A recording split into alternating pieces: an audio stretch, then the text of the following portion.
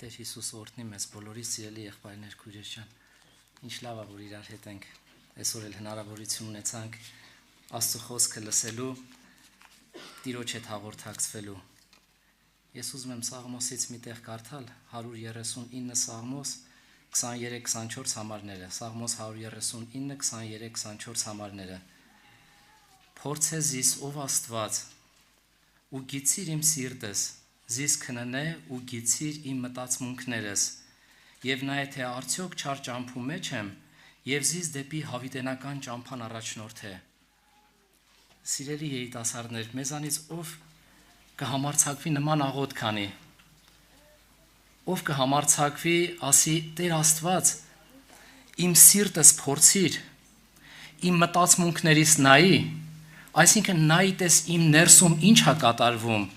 ու եթե ինչ որ մի բանի մեջ էլ սխալ եմ, իմ ճանապարհներս ուղի դեպի հավիտենական ճանապարհը։ Ով կարա նման արտահայտություն անի, եթե չճանաչի նրան, ում որ դիմում է։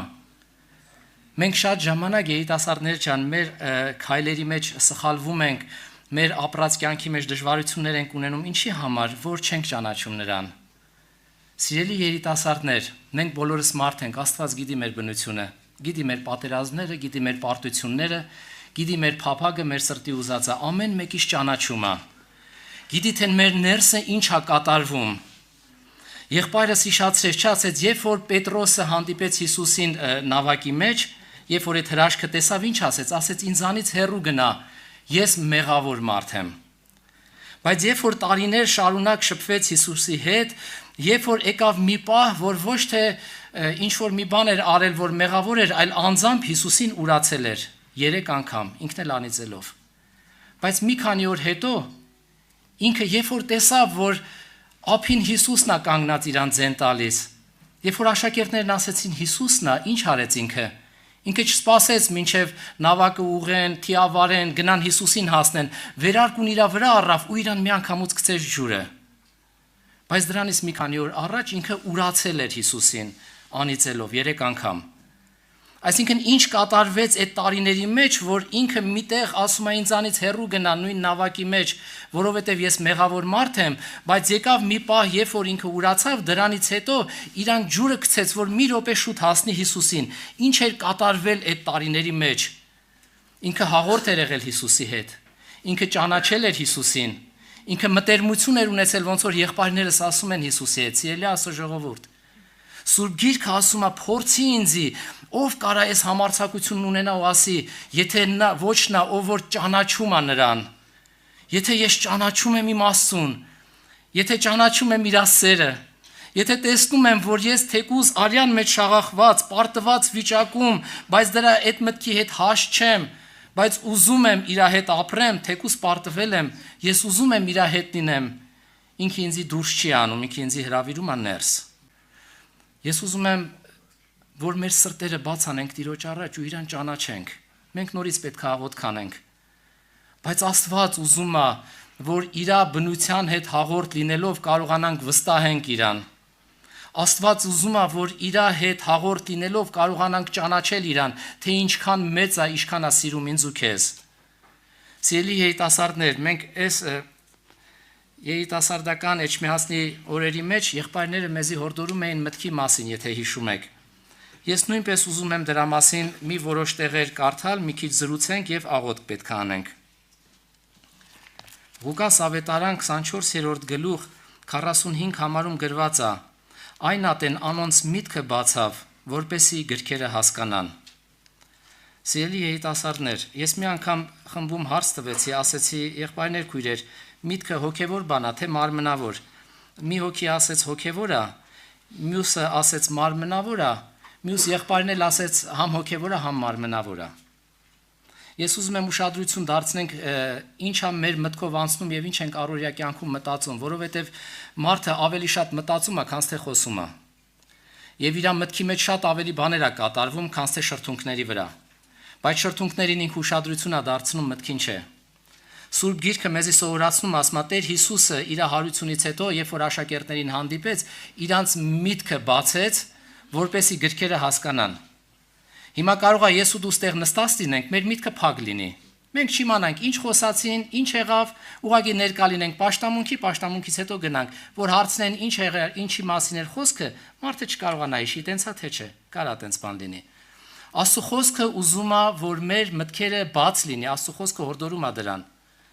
Ես ուզում եմ, որ մենք ուշադրություն դարձնենք մեր մտքերին։ Այսօր ինչ ենք մտածում։ Այսօր ինչա մեր մտքով անցնում։ Մարդը կարա մտքով նորոգված լինի, մարդը կարա մտքով ապականված լինի։ Մարդը կարող է իր մտքով Աստծուն մոտենա, մարդը կարող է իր մտքով Աստծուց շատ հեռանա։ Հələ եկեք կարդանք սիրելի երիտասարդներ, ինչա գրված Հռովմայացիներից թուղթ 12-րդ գլուխ 2-րդ համարից։ Սա մեր երիտասարդությանը շատ կարևոր է ու շատ պետքական։ Հռովմայացիներից թուղթ 12-րդ գլուխ 2-րդ համարից։ Սուրբ Գիրքը սովորացնում, ասում է՝ մի կերպարանվեք այս աշխարհքի կերպարանքով։ Այսօր շատ մարդիկ աշխարհքի կերպարանքով կերպարանված են, չէ՞։ Ինչքան հորդորներ ա եղել, ինչքան խոսքեր ա եղել, սիրելի երիտասարդներ։ Սուրբ Գիրքը սովորացնում է, Պողոս առաքյալն ասում է՝ մի կերպարանվեք այս աշխարհքի կերպարանքով, այլ ինչ է ասում շարունակության մեջ, այլ ձեր մտքի նորոգությունով նորոգվեցեք։ Երեխեք ջան, եթե ասում եմ մի կերպարանվի աշխարհքի կերպարանքով, եթե ուշադրություն դարձնենք, մեր պետք է հաջորդ համարը լիներ, այլ կերպարանվի հոգևոր կերպարանքով, ճիշտ է թե չէ։ Եթե ասում եմ մի կերպարանվի աշխարհքի կերպարանքով, ուրեմն կերպարանքը պետք է լինի հոգևոր կերպարանքով։ Բայց Աստծո խոսքը շարունակության մեջ ասում է, այլ նորոգվեցեք ձեր մտքի նորոգությունով։ Եթե մի երիտասարդ իր կերպարանքը աշխարհիկ է,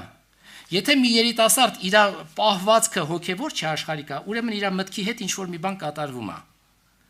Իր միտքը նորոգված չի։ Եթե մարդու միտքը նորոգված չի, ուրեմն մարդու միտքը ապականված է։ Եվ շարունակության մեջ ասում է, որպեսի քննեք, թե ինչ է Աստծո կամքը, որը բարի, հաճելի եւ կատարյալ է։ Այսօր մենք մեր առօրյա կյանքում շատ հարցերի մեջ ուզում ենք տեղյակ լինել Աստծո կամքից։ Մեր աշխատանքների մեջ, մեր առօրյա կյանքի մեջ, գործերի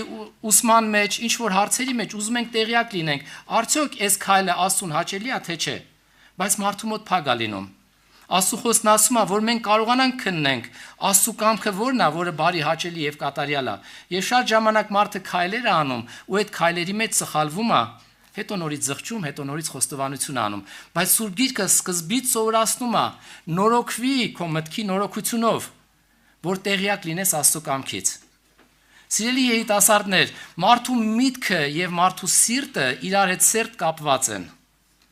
Գիտեք ինչ, ասենք հիմա այսօր եկանք մտանք այս հավաքույթի տեղը, մինչև դահլիճ մտնելը մի հատ առաջի դուռ կար, չէ՞։ Մի հատ դարպաս կար դուրսը։ Դրանից հետո գալիս է մի հատ էլ դուռ կա ներսը։ Եթե հիմա այս ներսի դուռը բաց լինի, բայց դրսի դարպասը փակ լինի, մենք չենք կարող ստեղ մտնել։ Շատ մարդիկ կա, իրանց միտքը փակ է, բայց իրանց սիրտը բաց է։ Մարդ իր սիրտը բաց է, ինքը ամեն ձևով Տիրոջ առաջ բաց անում իր սիրտը, բայց միտքը փակ է, Աստծո խոսքը տեղ չի հասնում։ Պետքա թե միտքը բաց լինի, թե սիրտը բաց լինի։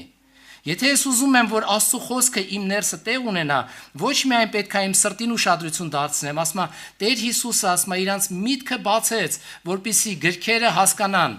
Ինչի սրտերը չբացեց, ինչի ուրիշ ինչ-որ մի բան չարեց, այլ կոնկրետ միտքը բացեց,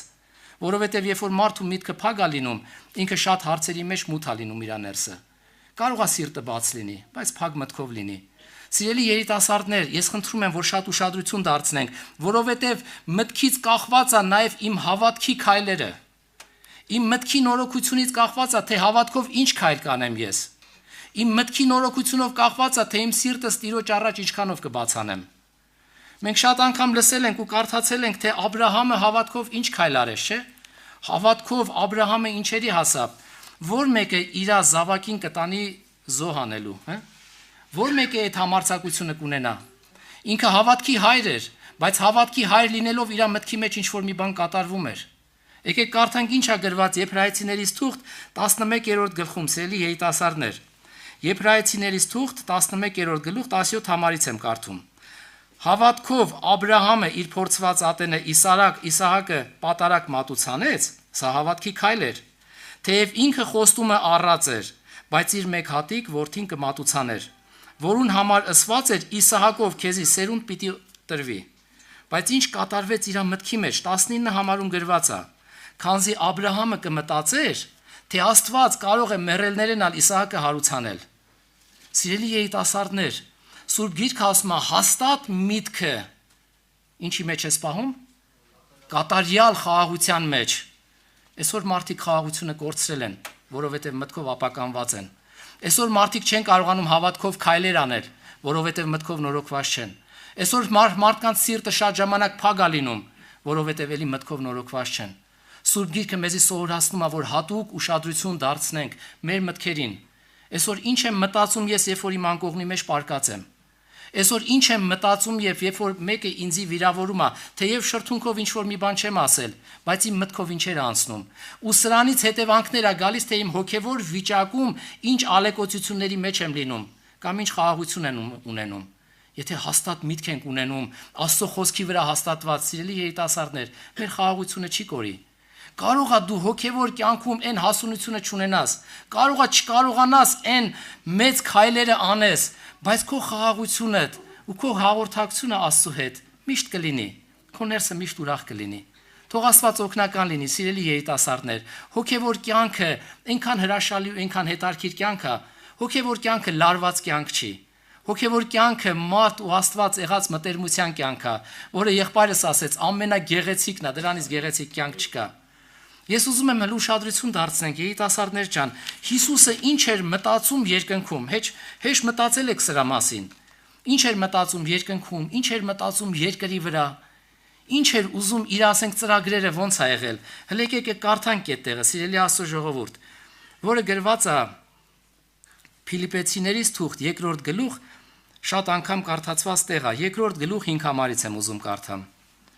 Սուրբ Գիրքը մեզի սովորացնում է, ձեզ մե ամեն մեկը,